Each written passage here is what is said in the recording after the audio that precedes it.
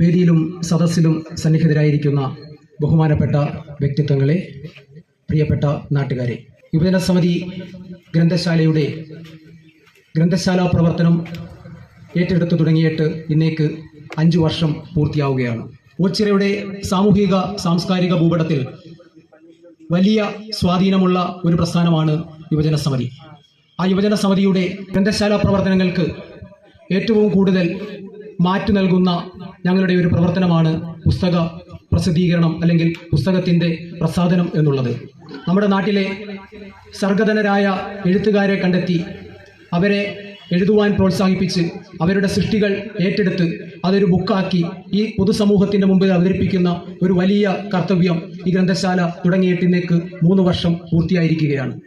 ഇന്നേക്ക് എത്തി നിൽക്കുമ്പോൾ അതോടൊപ്പം തന്നെ വചനവിദ്യൻ എന്ന തൂലികാനാമത്തിൽ അറിയപ്പെടുന്ന ടി ഹമീദ് കുഞ്ഞിൻ്റെ ചന്ദ്രനിൽ നിന്നൊരു കൊതുക് എന്ന ചെറുകഥാ സമാഹാരവും ഈ സായാഹ്നത്തിൽ നിങ്ങളുടെ കൈകളിൽ എത്തുകയാണ്. വേദിയിലും സദസ്സിലുമുള്ള പ്രിയപ്പെട്ടവരെ, യുവജന സമിതി ഗ്രന്ഥശാലയുടെ നേതൃത്വത്തിലുള്ള യുവജന സമിതി പബ്ലിക്കേഷൻ തുടർച്ചയായ 3-ാം വർഷവും പബ്ലിക്കേഷൻ്റെ പേരിൽ പുസ്തകം പ്രസിദ്ധീകരിക്കുകയാണ്. ഗ്രന്ഥശാല പ്രവർത്തകർ, മുതിർന്ന ഗ്രന്ഥശാല പ്രവർത്തകർ ശങ്കരൻ മാവൻ, അനുഭവ സാർ തുടങ്ങി ഹമീദ് കുഞ്ഞിക്ക തുടങ്ങിയവരുടെ പുസ്തകമാണ് പ്രസിദ്ധീകരിക്കുന്നത്. യുവജന സമിതി എന്ന ആശയം, ഗ്രന്ഥശാല എന്ന ആശയം നമ്മുടെ ഈ യുവജന സമിതി എന്ന സംഭവത്തിലേക്ക് കൊണ്ടുവരാൻ കാരണം തന്നെ നമ്മുടെ നാട്ടിലാകെ ഉണ്ടായിക്കൊണ്ടിരിക്കുന്ന ഒരു പ്രത്യേകതരം അചാരത്വം കൊണ്ടാണ്. നമ്മുടെ ഗ്രന്ഥശാല പ്രവർത്തനം തുടർച്ചയായി 5 വർഷമായി ഗ്രന്ഥശാല പ്രവർത്തനം ആരംഭിച്ചതിന് ശേഷം നമ്മുടെ നാട്ടിൽ തന്നെ എല്ലാ കുടുംബങ്ങളിലും തന്നെ നമ്മുടെ ഗ്രന്ഥശാലയെ സഹകരിക്കുന്ന ആൾക്കാരാണ് വന്നുകൊണ്ടിരിക്കുന്നത്. കണ്ട് വരുന്നതാണ് സാമൂഹിക സാംസ്കാരിക രാഷ്ട്രീയ പ്രവർത്തനങ്ങൾ ഉൾപ്പെടെ നമ്മുടെ വഴികാട്ടിയായി നിൽക്കുന്ന ശങ്കരൻ മാമൻ, അതേപോലെ അനിൽ ബാബു സാർ. എന്നെ 8-ാം ക്ലാസ്സിലും 9-ാം ക്ലാസ്സിലും 10-ാം ക്ലാസ്സിലും വിക്ടറി ട്യൂട്ടോറിയൽ പഠിപ്പിച്ച മലയാള അധ്യാപകൻ കൂടിയാണ് ശ്രീ അനിൽ ബാബു സാർ. അതോടൊപ്പം ഹമീദ് കുഞ്ഞിക്ക. കൊച്ചിലെ മുതൽ തന്നെ നമ്മൾ ഈ നാട്ടുപ്രദേശങ്ങളിൽ കളിച്ചു നടക്കുമ്പോൾ നമുക്ക് ഒരുപാട് കാര്യങ്ങൾ പറഞ്ഞു തരാനും അതോടൊപ്പം തന്നെ നമുക്കൊരു വഴികാട്ടിയായി പോയിക്കൊണ്ടിരിക്കുന്ന ഹമീദ് കുഞ്ഞിക്ക. ഈ 3 പേരുടെയും പുസ്തക പ്രകാശന ചടങ്ങിൽ അധ്യക്ഷനായി ഇരിക്കുവാൻ സാധിച്ചു എന്നുള്ളത് തന്നെ വലിയൊരു ഭാഗ്യമായി ഞാൻ കണക്കാക്കുകയാണ്. ഈ നാട്ടിലെ മുഴുവൻ ആൾക്കാരും നല്ല രീതിയിലുള്ള പ്രോത്സാഹനമാണ് തന്നുകൊണ്ടിരിക്കുന്നത്. ഇനിയും വരും കാലഘട്ടങ്ങളിൽ നമ്മൾക്കെല്ലാം ഒരുമിച്ച് പോയിക്കൊണ്ട് ഈ നാടിനെ ഒറ്റക്കൈയായി മുന്നോട്ട് നയിക്കണമെന്ന് മാത്രം സൂചിപ്പിച്ചുകൊണ്ട് എല്ലാവർക്കും എല്ലാവിധ ആശംസകൾ അറിയിച്ചുകൊണ്ട് നമ്മുടെ ഈ 3 പേർക്കും ഇനിയും ഒരുപാട് പുസ്തകങ്ങൾ എഴുതാൻ സാധിക്കട്ടെ എന്ന് മാത്രം പറഞ്ഞുകൊണ്ട് ഞാൻ അവസാനിപ്പിക്കുകയാണ്. നന്ദി, നമസ്കാരം. ആദ്യമായി ശങ്കരൻ അവരെ സ്വാഗതം ചെയ്തോളൂ, ക്ഷണിക്കുന്നു. അടുത്തതായി അനിൽ ബാബു അവരെ ക്ഷണിച്ചോളുന്നു. അടുത്തതായി ശ്രീ ഹമീദ് കുഞ്ഞ് അവരെ ക്ഷണിച്ചോളുന്നു. അതുപോലെ തന്നെ നമുക്ക് ഇവിടെ എത്തിയിട്ടുള്ള ടി ഹമീദ് അദ്ദേഹം എത്തിയിട്ടുണ്ട്. അദ്ദേഹത്തിനും നമുക്കിവിടെ ഈ പറയുന്ന സാഹിത്യകാരന്മാരെയും ഈ പറയുന്ന കവികളെയും ഒക്കെ തന്നെ നമുക്ക് വളരെയേറെ പ്രോത്സാഹിപ്പിക്കേണ്ടതുണ്ട്. മലയാളിയുടെ മനസ്സിൽ ഒരു കഥയുടെ പൂക്കാലം ഒരുക്കിയ കഥകളാണ് ഇതിനകത്ത് വന്നിട്ടുള്ളത്. നമ്മുടെ മലയാള സാഹിത്യത്തിന് ഏറെ ശ്രദ്ധിക്കപ്പെടുന്ന കഥകൾ, ആ കഥകൾ ഓരോന്നും ഒരു ശിശിരത്തിൻ്റെ കഥ പറയുന്ന കഥാന്തത്തിൽ മാത്രമല്ല, കഥകൾ ഉടനീളം നിഗൂഢതകളുടെ സൗന്ദര്യമായി മുന്നോട്ട് പോകുന്ന ഒരു പുസ്തകമാണ് അദ്ദേഹത്തിൻ്റെ ഈ ചന്ദ്രനിൽ നിന്ന് ഒരു കൊതുക് എന്ന കഥാസമാഹാരം. അദ്ദേഹത്തിൻ്റെ കഥ നമുക്കറിയാം, കഥകൾ ധാരാളം ഇന്ന് വരുന്ന ഒരു കാലഘട്ടമാണ്. അതിൽ നിന്ന് വേറിട്ട ഒരു കഥകളാണ് അദ്ദേഹം ഈ പുസ്തകത്തിൽ അവതരിപ്പിച്ചിട്ടുള്ളത്. അദ്ദേഹത്തിനും എല്ലാ ആശംസകളും. അദ്ദേഹത്തിന് ഇനിയും കഥകൾ എഴുതാൻ നമ്മളെയൊക്കെ തന്നെ ചിന്തിപ്പിക്കുന്ന തരത്തിലുള്ള സൃഷ്ടികൾ ഉണ്ടാകാൻ അദ്ദേഹത്തിന് കഴിയട്ടെ എന്ന് ആശംസിക്കുന്നു. അടുത്തതായി ആശംസകൾ അർപ്പിക്കുന്നതിനായിട്ട് ഷഹീല നസീറിനെ ക്ഷണിച്ചുകൊള്ളുന്നു.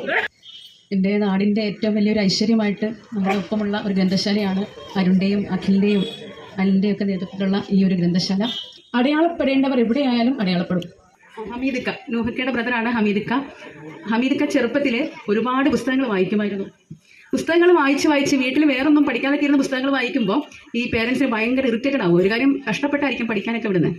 എപ്പം നോക്കിയാലും പൂമ്പാറ്റയോ ബാലരമയോ അല്ലെങ്കിൽ അതുപോലുള്ള മറ്റു പുസ്തകങ്ങളും വായിച്ച ഒരു ദിവസം പിതാവ് ഈ പുസ്തകങ്ങളെല്ലാം കൂടെ കൂട്ടിയിട്ട് തീയിടുകയും നമ്മുടെ പ്രിയപ്പെട്ട എഴുത്തുകാരനെ ഒന്ന് ചെറുതായിട്ട് വേദനിപ്പിക്കുകയും ചെയ്തു, അല്ലെങ്കിൽ കൈ ഒന്ന് പൊള്ളിച്ച് വിട്ടു എന്നൊരു അനുഭവം കൂടിയുള്ള ഒരു മാന്യ അദ്ദേഹമാണ് അദ്ദേഹം അന്നു മുതൽ ആ എഴുത്തിനോട്, ഭാഷയോട്, അക്ഷരങ്ങളോടൊക്കെ ഒന്നുകൂടെ കൂറ് പുലർത്തിയിരിക്കുന്നു എന്നതാണ് ഈ ഒരു പ്രസിദ്ധീകരണത്തിലൂടെ നാം മനസ്സിലാക്കേണ്ടത്. ജീവിതം കൊണ്ടൊരു വലിയ പുസ്തകം എഴുതുക എന്ന് പറഞ്ഞാൽ അതൊരു ചെറിയ കാര്യം അല്ല. ഒരുപാട് സന്തോഷം തോന്നി. പിന്നെ വലിയ ഒരിടത്തിലേക്ക് അല്ലെങ്കിൽ കുറെ കൂടെ പുരോഗതിയിലേക്കാണ് ഗ്രന്ഥശാല വളർന്നത്. അപ്പോൾ അതിൻ്റെയൊക്കെ ഭാഗമാകാനായിട്ട് ഇനിയും കഴിയട്ടെ എന്ന് പ്രാർത്ഥിക്കുന്നു. എല്ലാ നന്മയും എല്ലാവർക്കും ഉണ്ടാകട്ടെ. ഒരുപാട് സന്തോഷം. Thank you madam. വേദിയിലും സദസ്സിലുമുള്ള ബഹുമാന്യർക്ക് മുന്നിൽ ഒരു പ്രസംഗം എന്നല്ല എന്തെങ്കിലും 4 വാക്കുകൾ പറയാൻ കഴിയും വിധം അറിവോ അനുഭവ സമ്പത്തോ വിവേകമോ ഉള്ള ആളല്ല ഞാനെന്ന് ആദ്യം തന്നെ വിനയപുരസ്സരം അറിയിക്കട്ടെ. മുമ്പേതെങ്കിലും വേദിയിൽ കയറുകയോ സദസ്സിനെ അഭിമുഖീകരിക്കുകയോ ചെയ്തിട്ടില്ലാത്ത എനിക്ക് ഈ സന്ദർഭത്തിൽ വിഷയത്തിൽ ഊന്നിന്നുകൊണ്ട് വേണ്ടവിധം വ്യക്തതയോടെ സംസാരിക്കാൻ കഴിയില്ലെന്ന് ഞാൻ നന്നായി മനസ്സിലാക്കുന്നുണ്ട്. എങ്കിലും സന്ദർഭത്തിന് യോജിക്കുന്ന ചിലതെങ്കിലും പറയാതിരിക്കുന്നത് അനുചിതമാണെന്ന തിരിച്ചറിവിലാണ് ഞാൻ ഇപ്പോഴുള്ളത്. പുസ്തകങ്ങൾ വായിച്ചാസ്വദിച്ച് കവിയരങ്ങളുടെയും കഥാസന്ധ്യകളുടെയും രസക്കൂട്ടുകൾക്ക് നേർസാക്ഷിയായി അനന്തമായി നീളുന്ന അറിവിൻ്റെ ലോകത്തു നിന്നും വജ്രാസ്ത്രങ്ങളായ അക്ഷരങ്ങളെ പടവെട്ടിപ്പിടിച്ചെടുത്ത് അതിൻ്റെ ഒരു കാവൽക്കാരനാകാൻ മോഹിച്ചു.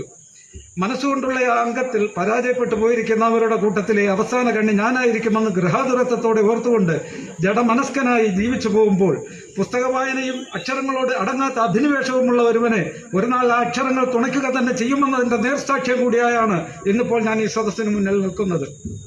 എൻ്റെ ഈ സ്വയം വിലയിരുത്തലിൻ്റെ ഉൾക്കാമ്പ് തിരിച്ചറിയുന്നതിന് പുതുതലമുറയ്ക്കുള്ള സന്ദേശവും പ്രചോദനവുമായി പരിണമിക്കട്ടെ എന്നാണ് ഞാൻ ഇതുകൊണ്ട് ഉദ്ദേശിക്കുന്നത്. ഓൺലൈൻ സാമൂഹ്യ മാധ്യമങ്ങളുടെ വിവിധ രീതിയിലുള്ള അതിപ്രസരം പുസ്തക രൂപത്തിലുള്ള വായനാനുഭവത്തെ തെല്ലൊന്നുമല്ല പിന്നോട്ട് വലിച്ചിട്ടുള്ളതെന്ന് അറിയാത്തവരായി നമുക്കിടയിൽ ആരും ഉണ്ടാകില്ല. ആശയങ്ങൾ മനസ്സിൽ സന്നിവേശിപ്പിച്ച് ചിന്തകളിൽ കൂടി പുതിയവ ഉരുത്തിരിക്കുന്നതിന് പരമ്പരാഗത വിജ്ഞാന സ്രോതസ്സുകളായ പുസ്തകങ്ങളെപ്പോലെ മറ്റൊരു മാധ്യമവും ഉണ്ടാകില്ലെന്ന് ഞാൻ വിശ്വസിക്കുന്നത് സ്വന്തം അനുഭവങ്ങളിൽ നിന്നും നിരീക്ഷണങ്ങളിൽ നിന്നുമാണ്. വക്കീലന്മാരില്ലാതെ എല്ലാവരും ന്യായാധിപ വേഷമെടുത്തണിഞ്ഞ് സ്വയം വാദിച്ച് സ്ഥാപിച്ച് എല്ലാ കുറ്റങ്ങൾക്കും വധശിക്ഷ തന്നെ നടപ്പാക്കുന്ന ആധുനിക കോടതി കെട്ടിടത്തിന്റെ താക്കോലും ഉലകം വിഴുങ്ങിയുമായ മൊബൈൽ ഫോണൊന്ന് എൻ്റെ കയ്യിലുമുണ്ടെന്ന വസ്തുത വിസ്മരിച്ചുകൊണ്ടല്ല എൻ്റെ ഈ വാക്കുകൾ. പുസ്തകങ്ങളെ പ്രണയിച്ചവരാരും അടയാളപ്പെടുത്തപ്പെട്ടിട്ടുകൊണ്ടല്ലാതെ മടങ്ങിയിട്ടില്ലെന്നതിന് പകൽ വെളിച്ചം പോലെ ഉദാഹരണങ്ങൾ നമുക്ക് മുന്നിലുണ്ട്. കാലഘട്ടത്തിന്റെ ആവശ്യങ്ങൾ തന്നെയാണ് ഇന്റർനെറ്റും മൊബൈൽ ഫോണും കമ്പ്യൂട്ടറുകളും ഒക്കെ. ഇതിന്റെ ഉപയോഗം സാമാന്യ ജീവിത ഭാഗമായി തീരേണ്ട പുസ്തകങ്ങളെ മറന്നുകൊണ്ടായിരിക്കുമ്പോൾ അതുകൊണ്ടുണ്ടാകുന്ന നഷ്ടം ജീവിതങ്ങളെ സമ്പൂർണ്ണ യന്ത്രസമ്മാനമാക്കി മാറ്റുകയെന്നതാണ്. ചിന്തകളും സ്വപ്നങ്ങളും ബന്ധങ്ങളും മറന്ന് എണ്ണയിട്ട് തിരിയുന്ന പറയും യന്ത്രങ്ങൾ. ഇത് മനുഷ്യനെന്ന വികാരജീവിയെ ജ്വലനശേഷി നഷ്ടപ്പെട്ടു വെറും ചലനശേഷി മാത്രമുള്ള ഒരു മാംസതുണ്ടമാക്കി മാറ്റും. അതാകരുതല്ലോ നമ്മുടെ ഭാവി. നന്നാക്കാൻ കഴിയില്ലെന്ന് വിശ്വസിക്കുമ്പോൾ തന്നെ നന്നാകാൻ കഴിയുമെന്ന് ചിന്തിച്ചു തുടങ്ങുന്നിടത്ത് മാറ്റത്തിന്റെ ആദ്യ ചവിട്ടുപടിയായി ഞാൻ വായിക്കുന്നവനായിട്ട് വേണം താൻ വായിക്കെന്ന് പറയാൻ. ഖേദത്തോടെ പറയട്ടെ, ആ യോഗ്യതയാണ് ഞാനടക്കമുള്ള ഇന്നത്തെ തലമുറയ്ക്ക് കൈമോശം വന്നുകൊണ്ടിരിക്കുന്നത്. എന്നിരിക്കലും പരിഹാരം നമുക്ക് മുന്നിൽ തന്നെയുണ്ട്. വായിക്കാനുള്ള മനസ്സുണ്ടായാൽ മാത്രം മതി. പരിഹാരത്തിന്റെ യഥേഷ്ട മാർഗങ്ങളിൽ പരമപ്രധാന ദീപസ്രോതസ്സായ ഗ്രന്ഥശാല നമുക്ക് മുന്നിലുണ്ട്. നമുക്ക് ഓരോരുത്തർക്കും വരിയിൽ തന്നെയുണ്ട്. ആ തിരിച്ചറിവുണ്ടായാൽ നാം ഏറെ പരിതപിക്കാറുള്ള സമയമെന്ന അഞ്ചലോട്ടക്കാരൻ നമ്മെ തിരഞ്ഞു വരിക തന്നെ ചെയ്യുമെന്ന് ആത്മവിശ്വാസത്തോടെ ഞാൻ പറയുന്നതും അനുഭവ പശ്ചാത്തലത്തിൽ നിന്നുകൊണ്ട് തന്നെയാണ്. പുസ്തക സല്ലാപം വായനക്കാരിൽ വരുത്തുന്ന മാറ്റം അത്ഭുതാവഹമാണ്. മുൻകാലങ്ങളിലേതിനേക്കാൾ പുസ്തക സമ്പന്നമാണ് ഇപ്പോൾ നമ്മുടെ ലൈബ്രറികൾ. ഈ ഗ്രന്ഥശാലയുടെ തന്നെ അമരക്കാരനായ ശ്രീ അരുൺകുമാർ സാറിനെ പോലെ സാമൂഹ്യ ഉന്നമനത്തിനായി ആത്മാർത്ഥതയോടെ പ്രവർത്തിക്കുന്ന യുവാക്കൾ ഈ മഹസ്ഥാപനങ്ങളുടെ ഉത്തരവാദിത്തം ഏറ്റെടുത്ത് കർമ്മനിരതരായപ്പോൾ കൂടുതൽ മികവുള്ളതായി തീർന്നുവെന്ന് ഈ ദീപസ്തംഭങ്ങളെന്നതിന്റെ ഉത്തമവും മാതൃകാപരവുമായ തെളിവ് ഇന്നിപ്പോൾ ഇവിടെ സമ്മേളിച്ചിരിക്കുന്ന ബഹുമാനിത വ്യക്തിത്വങ്ങൾ തന്നെയാണ്. പുസ്തകങ്ങൾ ദീപഭാവമാക്കുകയും പുസ്തകങ്ങളെ പ്രണയിക്കാൻ പുതുതലമുറയെ പ്രേരിപ്പിക്കുകയും ചെയ്യുന്നില്ലെങ്കിൽ സമൂഹത്തിന് വെളിച്ചം നഷ്ടപ്പെടുത്തിയതിന്റെ പാപഭാരം ഞാനടക്കമുള്ള ഇന്നിന്റെ തലമുറ ചുമലേറ്റേണ്ടി വരും. തുറക്കാത്ത പുസ്തകങ്ങളിലെ അക്ഷരങ്ങൾ ചാരം മൂടിക്കിടക്കുന്ന കനലുകളാണ്. അത് മനസ്സെന്ന ചൂളയിൽ വീണ് കഴിഞ്ഞാൽ ഉണർന്ന് ചലിച്ചുയർന്നു പറക്കും. വായനയ്ക്ക് അതിർവരമ്പുകൾ ഉണ്ടാകരുതെന്നാണ് എൻ്റെ പക്ഷം.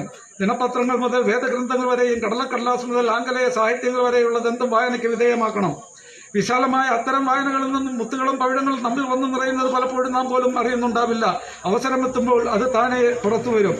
അപ്പോൾ അതുമൂലം നമുക്കുണ്ടാകുന്ന അന്തസ്സും വിലയും നമ്മെ പോലും അത്ഭുതപ്പെടുത്തും വിധമുള്ളതായിരിക്കും. ഏതായാലും നല്ലൊരു മനുഷ്യനായി തീരാനെങ്കിലും ആ അറിവുകൾ നമ്മെ സഹായിക്കാതിരിക്കില്ല. ആ പക്വതയ്ക്ക് സമൂഹത്തിന് മുന്നിൽ മാന്യൊരു സ്ഥാനവും ഉണ്ടായിരിക്കും. വായനയുടെ കടലാസ് രൂപത്തെ തിരസ്കരിച്ച് ദൃശ്യമാധ്യമങ്ങളുടെ മാസ്മരികതയ്ക്ക് അനർഹമായ ഊന്നൽ നൽകി ആദ്യാവസാനവാക്കായി അവയെ നാം സ്വീകരിച്ചു കഴിഞ്ഞപ്പോൾ ഒരുപക്ഷെ യാഥാർത്ഥ്യങ്ങളിൽ നിന്നും വളരെ അകലെ ഊഹാപോഹങ്ങളുടെയും തൊഴുത്തിൽ കുത്തുകളുടെയും കുതികാൽ വെട്ടുകളുടെയും തെറ്റിദ്ധരിപ്പിക്കലുകളുടെയും വലിയൊരു ചവറൊഴുക്കിനൊപ്പം നീന്തുന്നവരായി നമ്മൾ മാറിത്തുടങ്ങി. വ്യർത്ഥാർത്ഥങ്ങളും വികല സന്ദേശങ്ങളും മനസ്സുകളിൽ വേദവാക്യമായി തീർന്നു. തൽഫലമായി മനുഷ്യ മനസ്സുകളിൽ കുരുക്ഷേത്രം രൂപം കൊള്ളുന്നു. യഥാർത്ഥ കാഴ്ച മറയ്ക്കാൻ തന്ത്രപൂർവ്വം സൃഷ്ടിക്കുന്ന പോമറയ്ക്കുള്ളിലെ പാണ്ഡവരെയും കൗരവരെയും തിരിച്ചറിയാൻ കഴിയാതെ പകച്ചു നിന്ന് പോകുന്നു ഞാനടക്കമുള്ള വിധേയർ. പക്ഷം പിടിക്കുമ്പോൾ പാളിപ്പോയെന്ന് വൈകി മനസ്സിലാക്കിയിട്ട് എന്ത് കാര്യമാണുള്ളത്? സമീപകാല സാമൂഹ്യ ചുറ്റുപാടുകൾ മാറി നിന്ന് നിരീക്ഷിക്കുന്ന ഒരുവൻ അമ്പ് കൊള്ളാത്തവരില്ല ഗുരുക്കളിൽ എന്നോർത്ത് അന്തം വിട്ട് നിശ്ചലനായി പോകുന്നത് ഈ പുകമറയ്ക്കുള്ളിലെ ശരിയായ കാഴ്ചയിലേക്ക് എത്തിപ്പെടാൻ കഴിയാത്തത് കൊണ്ട് തന്നെയാണ്. ഇവിടെയാണ് പുസ്തകങ്ങളെക്കുറിച്ചുള്ള എൻ്റെ കാഴ്ചപ്പാടിന്റെ പ്രസക്തി. പുകമറകളില്ലാത്ത അറിവുകളിലേക്ക് ആകാംക്ഷ ജനിപ്പിച്ച് നമ്മെ കൈപിടിച്ച് നടത്തുന്ന പുസ്തകങ്ങൾ ശരിയായ അറിവുകളുടെ അക്ഷയഖനിയും സർവോപരി സുഹൃത്തും വഴികാട്ടിയുമാണ്. ഇരുൾ വെളിച്ചങ്ങൾക്കിടയിലെ വൻമതിലായി വർത്തിക്കുന്നത് അടച്ചു വെച്ചിരിക്കുന്ന പുസ്തകങ്ങളാണ്. അവ തുറക്കുക. ചന്തമുള്ള പൂമ്പാറ്റകളായി അക്ഷരങ്ങൾ ഹൃദയങ്ങളിൽ പാറി നടക്കട്ടെ. ചിന്തിക്കാനും ഓർത്ത് രസിക്കാനും അതുവഴി എഴുത്തിന്റെ സ്വതന്ത്ര ലോകത്തേക്ക് പ്രചോദിതരാകാനും സമൂഹമാകെ വെളിച്ചം നിറയ്ക്കാനും പുസ്തകങ്ങൾ തുറക്കുക തന്നെ വേണം. ഇവിടെ ഇപ്പോൾ എല്ലാ അതിർവരമ്പുകളും ലംഘിച്ച് സമൂഹമാകെ ഒരു പ്രപഞ്ചത്തിൽ കൂടി കുതിക്കുമ്പോൾ മാറ്റങ്ങൾക്കായി തുടക്കം കുറിക്കേണ്ടത് പുതുതലമുറയാണ്. കാര്യവിവരവും കർത്തവ്യബോധമുള്ള കരുത്തുറ്റൊരു തലമുറ. ചിന്തിക്കുന്നവരാകണം അവർ പ്രവർത്തിക്കുന്നവരും. അധികം പറയാനുള്ള അറിവിന്റെ കുറവും സന്നിഹിതരായിരിക്കുന്ന ബഹുമാന്യരുടെ വിലപ്പെട്ട സമയത്തെക്കുറിച്ചുള്ള ബോധവും വാക്കുകൾ ചുരുക്കാൻ എന്നെ നിർബന്ധനാക്കുന്നതിനാൽ വേഗം അവസാനിപ്പിക്കാൻ ശ്രമിക്കുകയാണ് ഞാൻ. എൻ്റെ ഈ പുസ്തകത്തിന് വളരെ മനോഹരമായ ഒരു അവതാരിക എഴുതി തന്ന തിരുവല്ല മാർത്തോമ്മ കോളേജ് അധ്യാപിക ഡോക്ടർ മാഡത്തിനാണ് ഞാൻ ഇതിനകത്ത് പ്രധാനമായും നന്ദി പറയുന്നത്. അതിൻ്റെ പുസ്തകം വായിക്കുന്നവർക്ക് മനസ്സിലാവും അവരെഴുതിയിരിക്കുന്നു. എന്നെ ഏറെ സന്തോഷം അനക്കുന്നുണ്ട്. ഈ കൈപിടി ചേർത്തലിന് നന്ദി പറയാനും മാത്രമുള്ള അക്ഷരവിശാലതയിലേക്ക് ഇനിയും ഞാൻ എത്തിപ്പെട്ടിട്ടില്ലാത്തത് കൊണ്ട് അത്തരം വാക്കുകളിലേക്ക് ഞാൻ കടക്കുന്നില്ല. ഒരു വ്യക്തിയുടെ വളർച്ചയ്ക്ക് ഏണിപ്പടിയായി മാറുന്നത് അയാളുടെ നല്ല സുഹൃത്തുക്കൾ തന്നെയായിരിക്കുമെന്ന് നിസ്സംശയം പറയാൻ എനിക്ക് കഴിയും. ദീർഘമായി പറയാനുള്ള സാഹചര്യമില്ലെങ്കിലും ചില പേരുകൾ പരാമർശിക്കാതെ പോയാൽ ഞാൻ തന്നെ എന്നോട് തന്നെ ചെയ്യുന്ന അന്യായമായി പോകുന്ന ബോധ്യം എനിക്കുണ്ട്. പുസ്തക വായനയ്ക്കും രചനയ്ക്കുമായി ഒരു ശാന്തമായ അന്തരീക്ഷം തിരഞ്ഞ് പോകാൻ നിശ്ചയിച്ച് വഴിച്ചിലവനും വണ്ടിക്കൂലിക്കും പണം കണ്ടെത്താൻ കഴിയാതെ യാത്രയുപേക്ഷിക്കുമെന്ന ഘട്ടത്തിൽ സാമാന്യം വലിയൊരു തുക സംഘടിപ്പിച്ച് എന്റെ വഴി സുഗമമാക്കി തന്ന മധു പരബ്രഹ്മം എന്ന സുഹൃത്തി ഏതെങ്കിലും ഒരു സിനിമയിലെ കഥാപാത്രമല്ല, നമുക്കിടയിൽ തന്നെ ഇപ്പോഴുള്ള വെറും പച്ചയായ മനുഷ്യൻ. ഒരു പുസ്തകം പ്രസിദ്ധീകരിക്കണമെന്ന് എന്റെ ആഗ്രഹം സഫലമാക്കാൻ വേണ്ടി ഇവിടെ നിന്നും കോട്ടയം വരെ വാഹനവും ഓടിച്ച് സ്വന്തം ചിലവും എടുത്ത് പ്രസാധകരെയും തിരഞ്ഞ് എന്നെയും കൊണ്ടൊരു പകൽ മുഴുവൻ അലഞ്ഞ സാധി കയ്യാളമെന്ന സുഹൃത്ത് എനിക്കുള്ളപ്പോൾ വായിക്കാതിരിക്കാനും എഴുതാതിരിക്കാനും എന്ത് കാരണമാണ് എനിക്കുള്ളത്? അതുകൊണ്ട് തന്നെ ഞാൻ എഴുതിയത് പലതും വായിച്ച അഭിപ്രായങ്ങൾ പറഞ്ഞ് പ്രോത്സാഹിപ്പിച്ച് എപ്പോഴും കൂടെ നിൽക്കുന്ന ഷാജിയും രാജുവും വാസ്കോയും അടക്കമുള്ള സുഹൃത്തുക്കൾക്കാണ് ഞാൻ ഈ പുസ്തകം സമർപ്പിക്കുന്നത്. പറഞ്ഞു പോകുമ്പോൾ പരന്നു പോകുന്ന ഒരു ശീലം എനിക്കുണ്ടെന്ന് എന്റെ സുഹൃത്തുക്കൾ തന്നെ പറയാറുണ്ട്. ആ ഓർമ്മ വെച്ചുകൊണ്ട് പരത്തി പറയാതിരിക്കാൻ ഞാൻ പരമാവധി ശ്രമിക്കുന്നുണ്ടെന്നാണ് ഞാൻ കരുതുന്നത്.